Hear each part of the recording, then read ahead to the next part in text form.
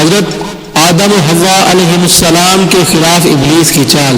جب ابلیس نے یہ دیکھا کہ اللہ تعالیٰ نے حضرت آدم و حوا علیہ السلام کو عزت دیتے ہوئے انہیں جنت میں رہنے کا حکم دیا تو حسد کی آگ میں جل گیا اور انسان دشمنی کا عملی مظاہرہ کرتے ہوئے انہیں جنت سے نکلوانے کے لیے چال چلنے لگا۔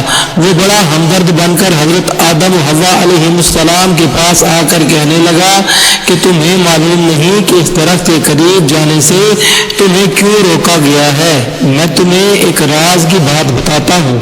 اللہ تعالیٰ نے تمہیں اس درخت کے پاس جانے سے اس لیے روکا ہے کہ اگر تم اس کا پھل کھا لو گے تو فرشتے بن جاؤ گے یا پھر ہمیشہ کے لیے جنت کی زندگی پا لو گے۔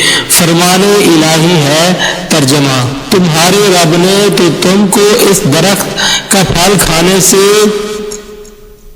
صرف اس لیے منع کیا کہ تم فرشتے نہ بن جاؤ یا ہمیشہ زندہ رہنے والوں میں سے نہ ہو جاؤ۔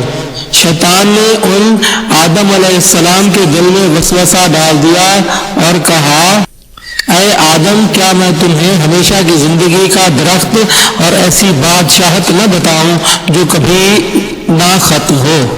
ملتے ہیں نئی ویڈیو کے ساتھ۔ اللہ حافظ۔